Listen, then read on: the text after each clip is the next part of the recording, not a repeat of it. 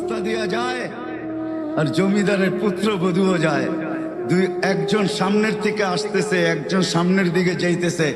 দুইজনের ক্রসিং এর সময় ভিক্ষুকের গায়ের কাদা জমিদারের পুত্রবধূর গায়ে লেগে গেছে। সে দুনিয়া আন্ধার করে ফেলছে, স্বামীকে ডাইকা নিয়ে আসছে, বলছে এই ভিক্ষুক আমার কাপড় নষ্ট করে দিছে। সে শুধু ভিক্ষুক ছিল না, বৃদ্ধ ছিল। বৃদ্ধ ছিল না শুধু, জীর্ণ ছিল, শীর্ণ ছিল, শরীরে কাপড় ছিল না, ফাটা চিরা কাপড় ছিল, পায়ে জুতা ছিল না, পেটে ভাত ছিল না।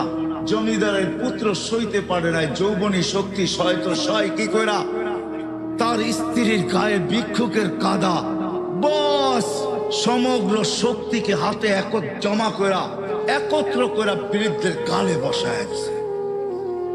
বৃদ্ধ কিচ্ছু বলে নাই, শুধু উপরের দিকে তাকায় দুই তিনটা শব্দ উচ্চারণ করছেন। শব্দগুলা হলো ইয়া মাল্লা তারা হলো ওয়ুন, ও আল্লাহ চোখে দেখা যায় না, ও তারা কুল্লা শাই, তুই সব দেখিস, ফারা তারা মা বি, তুই কি দেখিস না আমার সাথে কি ঘটতেছে, এটা কি দেখিস না? বলতে দেরি যুবক, মরতে দেরি হয় না। জমিদার চলে আসছে, প্রতিশোধ নিবে। বৃদ্ধের একদিকে মুস্কি হাসি, একদিকে বলতেছে প্রেমের খেলা এমনই হয়। জিজ্ঞাসা করছে কিসের প্রেমের খেলা রে? বলছে ওর প্রেমিকার গায়ে আমার কাদা লাগছে, পায়ের কাদা লাগছে, ও সইতে পারে নাই, যৌবনী শক্তি দিয়ে আমার বৃদ্ধ গালে বসায় দিছে। আমাকেও একজন ভালোবাসে, সেও সইতে পারে না, সেও সইতে পারে না, ও তো থাপ্পড় দিয়া ক্ষান্ত, সে জান নিয়ে নিছে, জান। যারাই আমরা অস্তিত্ব লাভ করছি বা যাদেরই আমাদের বর্তমানে আমরা উপস্থিত বা অস্তিত্ব আছে, এবং অস্তিত্বের সাথে যত জিনিস সংযুক্ত আছে, অস্তিত্বের সাথে প্রত্যেক মানুষের কিছু না কিছু সংযুক্ত আছে। হায়াত আছে, আমার দেহটা আছে, আবার কমবেশি মালও সবার আছে, এরকম শত সম্পর্ক আছে। যা কিছু আল্লাহ আমাদেরকে দিয়েছেন, সর্বকিছুর উদ্দেশ্য হল যে প্রত্যেকে যেন আল্লাহকে রাজি করে। আমার কথা কিন্তু এরকমই হবে। সুর আমার কাছে নাই, কোত্থেকে দিব আপনাকে? কথা কাটা কাটাই হবে।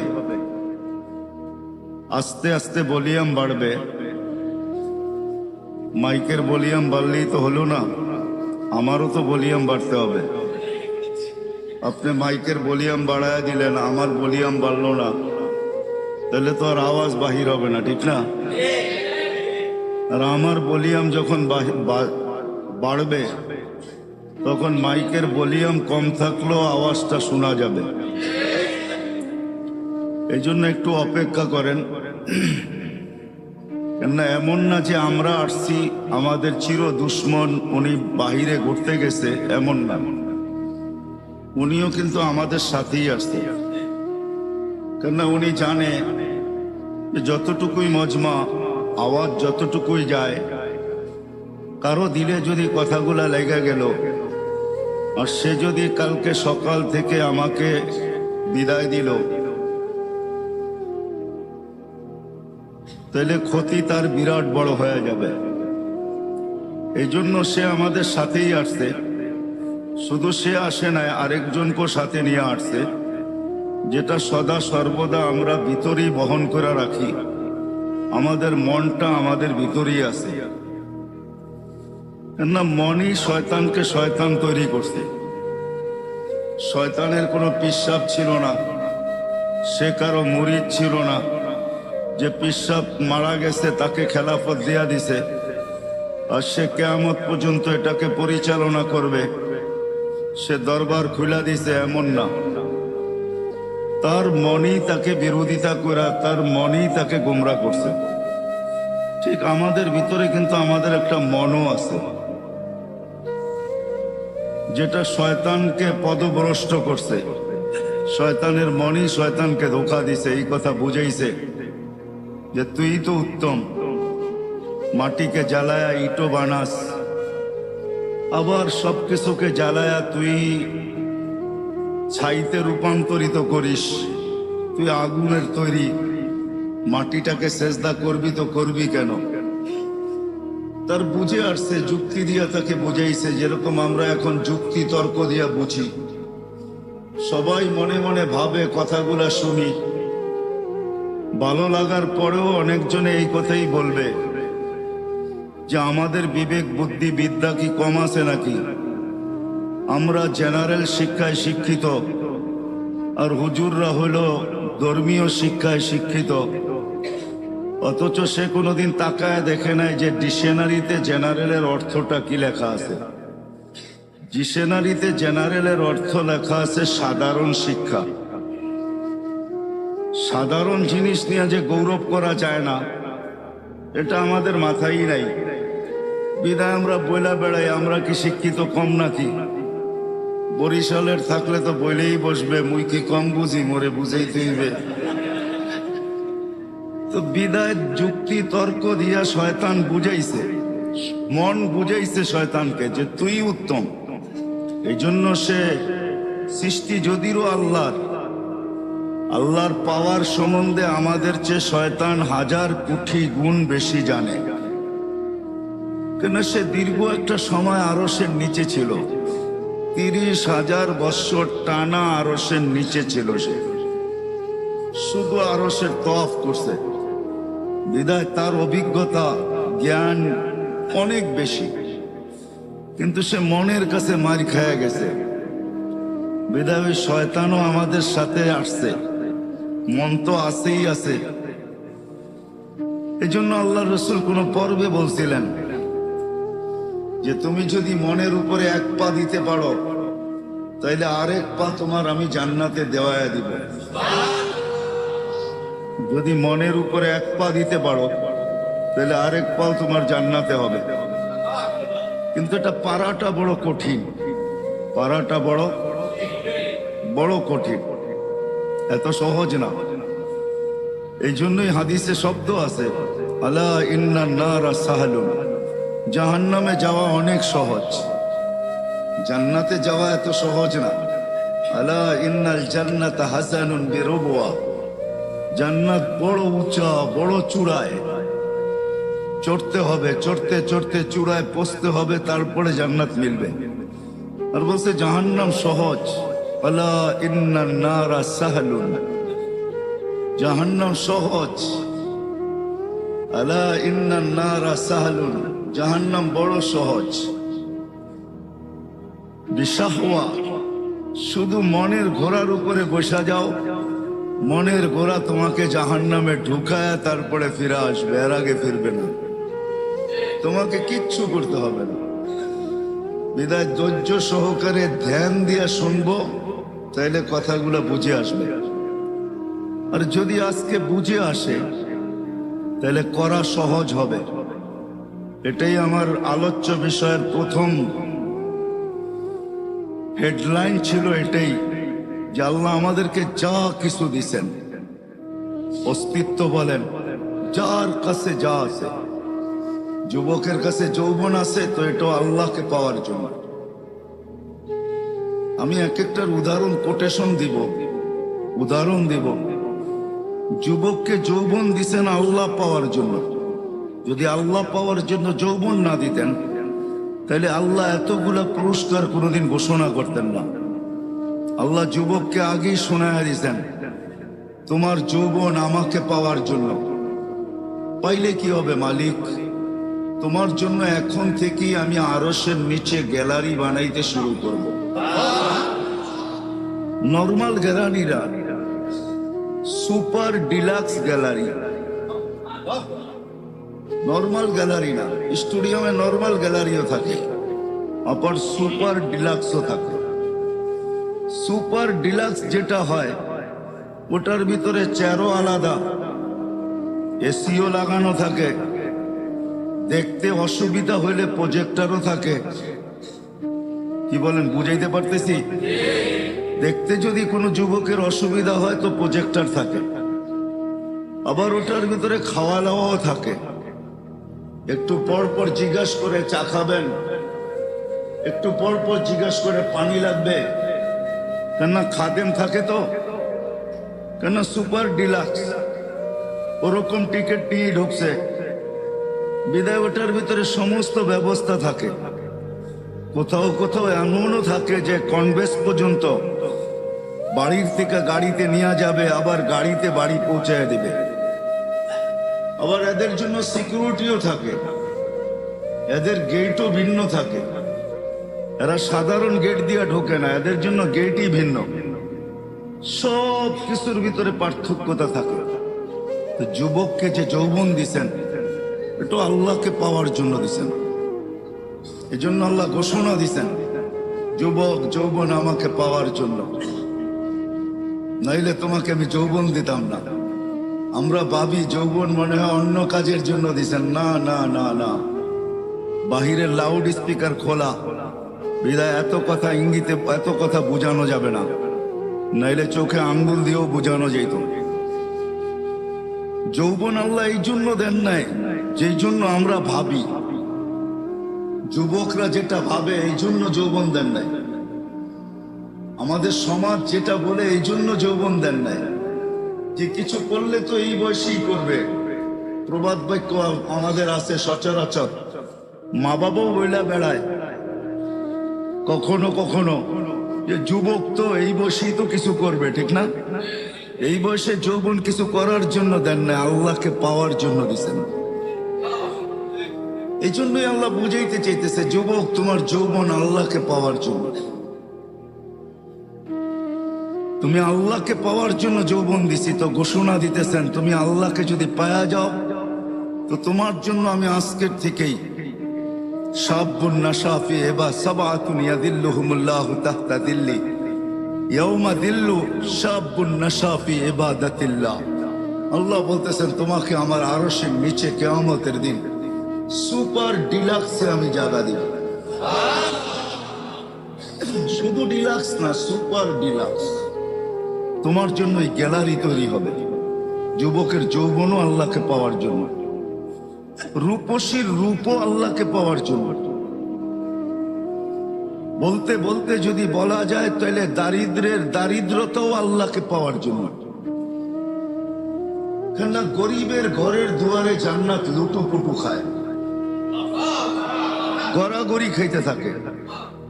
এই জন্য আল্লাহ রসুল বুঝাইছেন গরিব, বলছে হ্যাঁ গরিব, বলে কোনো চিন্তা নাই, আমিনু আলা রব্বিকুম সাল্লু খামসাকুম সুমু শাহরাকুম মুতু ওয়াদখুলু জান্নাতা রব্বিকুম।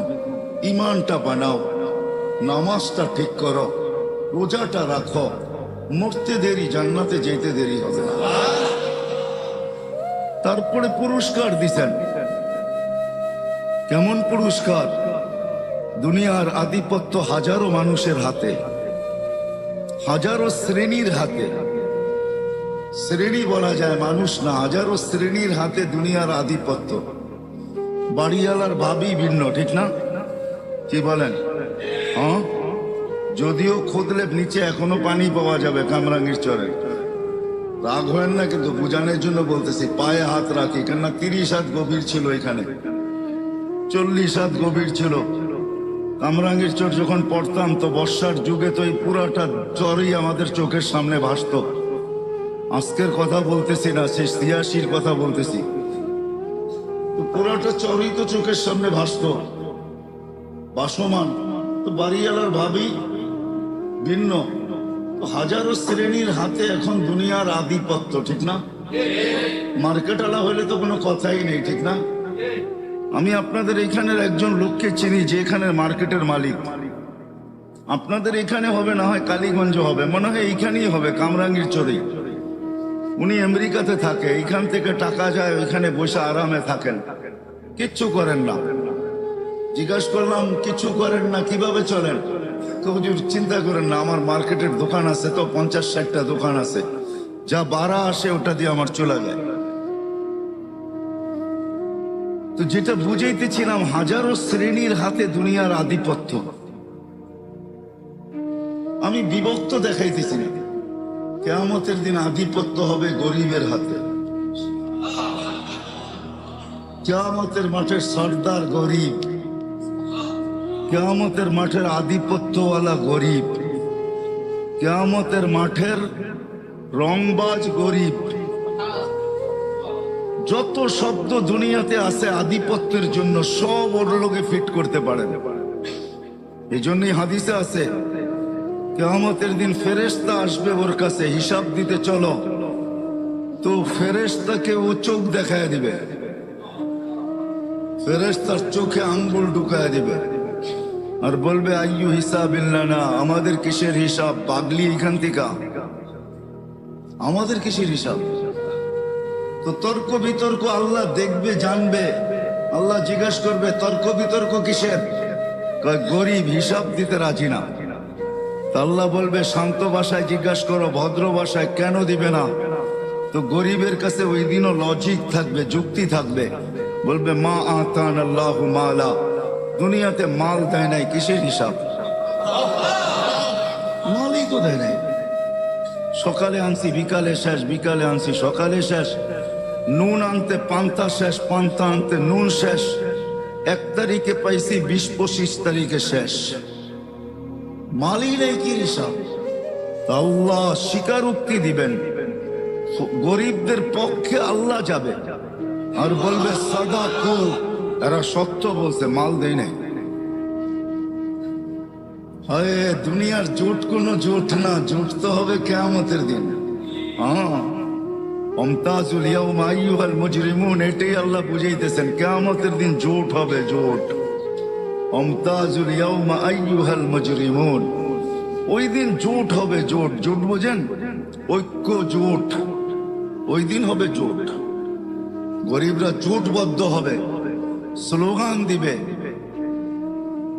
বলবে আল্লাহ যখন বলবে সত্য বলছে, তখন বলবে আইয়ু হিসাবিল্লানা মা আতানা আল্লাহু মালা লিমাযা তুহাসসিরুন ওয়া তুতাআখারুন, কেন তোমরা আমাদেরকে ঘিরা রাখছো আর আমাদেরকে দেরি বা কেন করাইতেছ? মাল তো দেয় নাই আল্লাহ, আল্লাহ তো বললো সত্য, মাল দেয় নাই, তো কেন আমাদেরকে বাধা দিয়ে রাখছো? স্লোগান এটা চলবে। তো আল্লাহ বলবে আল্লাহ মাল নাকি দেন নাই?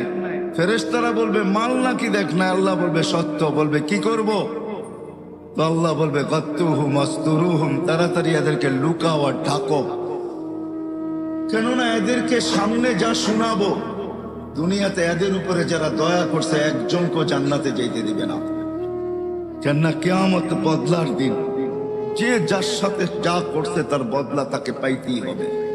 ইনকানা খায়রা ফাখায়রা, যদি ভালো করে থাকে তো ভালোর বদলা পাবে, সেই ভালো যদি 1 গ্লাস পানিও হয় এটারও বদলা সে পাবে। এই জন্য হাদিসে আছে 1 গ্লাস পানির বিনিময়ে জান্নাতে যাবে, 1 গ্লাস পানি। যে দোকানদাররা দোকানের সামনে ফ্রি পানি রেখা দেয়, হয় গরমের দিন রিক্সার থেকে নামছে, পিপাসা লাগছে, তো দোকানের সামনে ঝাড় রেখা দিছে পানির, ওইখান থেকে 1 গ্লাস পান করে বাড়ির দিকে হাঁটা শুরু করছে। সে রাখছেই পথিক খাবে, ওই 1 গ্লাস পানির বিনিময়ে সে জান্নাতে যাবে। কেননা চিত্র যদিও পানকারী ধারণ করে নাই, বা চিত্র যদিও যে পান করাইছে সেও ধারণ করে নাই। চিত্র বোঝেন? আরে বোঝেন না কি চিত্র? চিত্র কি?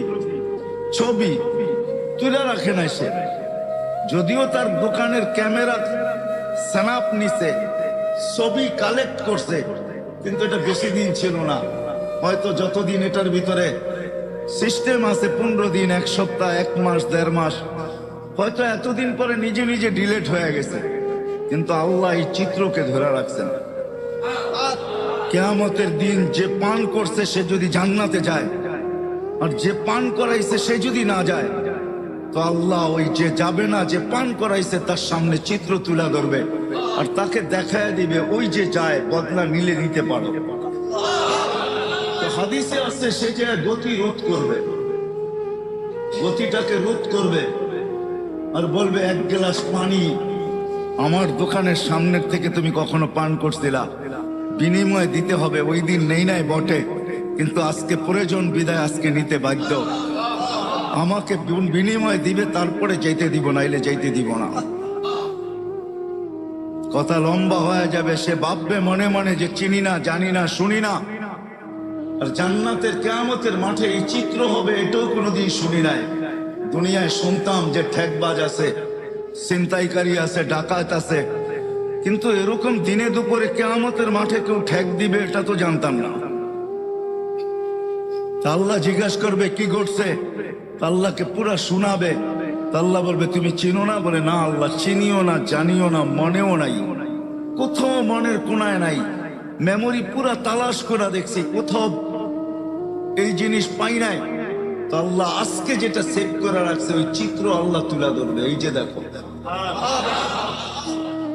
তখন তার মনে আসতে বাধ্য হবে। তো আল্লাহ বলবেন যে এইবার প্রতিদান দাও।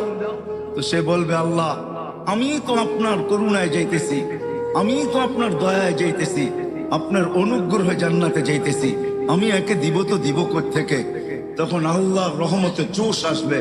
আল্লাহ বলবে খুজবি ইয়াদি আখিকা ওয়াদখুলিল জান্নাহ, দুইজন দুইজনের হাত ধরো আর সিধা জান্নাতে চলো।